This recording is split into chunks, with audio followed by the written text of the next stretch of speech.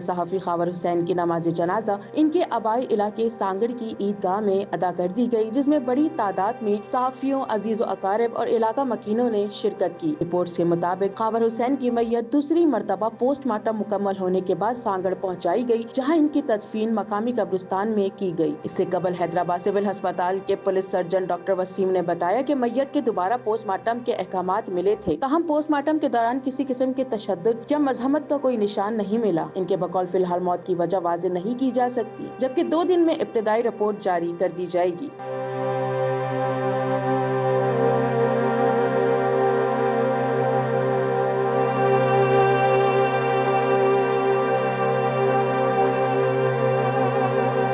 مرحوم کے بھائی اعجاز حسین نے میڈیا سے گفتگو کرتے ہوئے کہا کہ خاور حسین خوش مزاج اور باہمت شخص تھے، وہ کسی صورت خودکشی نہیں کر سکتے۔ انہوں نے مزید بتایا کہ خاور نے کبھی کسی پریشانی یا جھگڑے کا ذکر نہیں کیا تھا۔ خاور حسین کے والد رحمت حسین باجوہ نے بھی بیٹے کی خودکشی کے امکان کو رد کرتے ہوئے شبہ ظاہر کیا ہے کہ یہ قتل کا معاملہ ہو سکتا ہے۔ ان کا کہنا تھا کہ خاندان کا کسی سے زمین یا دیگر معاملات پر کوئی تنازع نہیں تھا، میرا بیٹا بہادر اور دلیر تھا، خودکشی کی کوئی وجہ نہیں بنتی، یہ قتل ہی لگتا ہے۔ پولیس حکام کے مطابق معاملے کی تحقیقات جاری ہیں اور رپورٹ کا انتظار کیا جا رہا ہے۔